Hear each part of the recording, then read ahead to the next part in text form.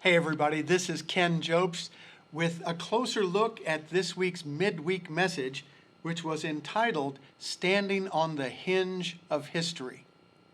You know what a hinge is, right? A hinge is that small piece of metal that allows a big door to open.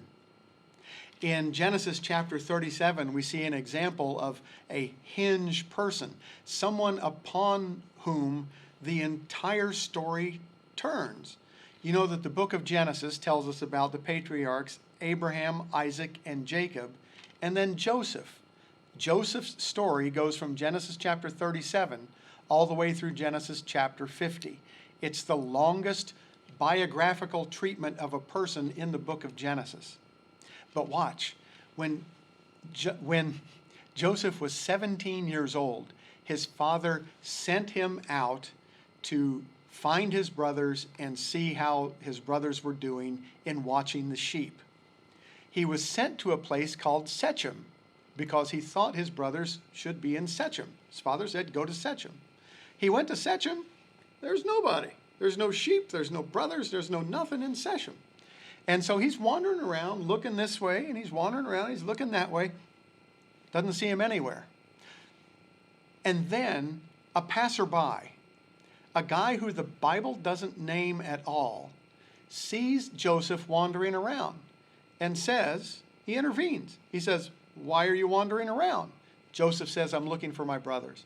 And this guy says, oh, they were here a couple days ago. They've decided to go to Dothan. So he gives directions to Joseph. Joseph follows the directions, and then the entire rest of the story happens. His brothers fake his death, throw him into a cistern, then sell him to the Ishmaelites. The Ishmaelites sell him then to Potiphar. Potiphar's wife trumps up some charges against him, and he ends up in jail. The baker and the butler have their dreams in jail, and he comes to the attention of Pharaoh and comes to be the second in command of all of Egypt. And then he comes to be the person to whom his brothers come for food and sustenance.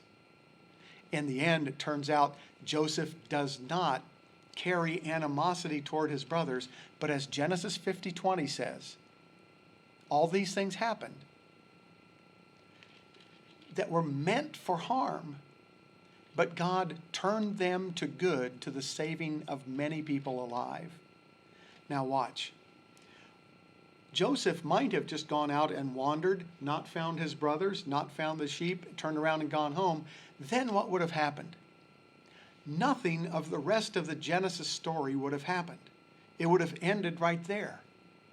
But because this passerby, a person who's not named, a person that we know nothing about this person, but they gave the vital information for salvation history to continue. I say all of this to say this. God doesn't make small people. God doesn't make insignificant people. There's no such thing as a little action or a small action. No such thing as a little person. No such thing as a little situation. But God will use all of us and every situation, ultimately, to His glory and for our good. Well, I'm Ken Jobst, and that's a closer look at the midweek message standing on the hinge of history. Hope you have a great week. Take care. Bye-bye.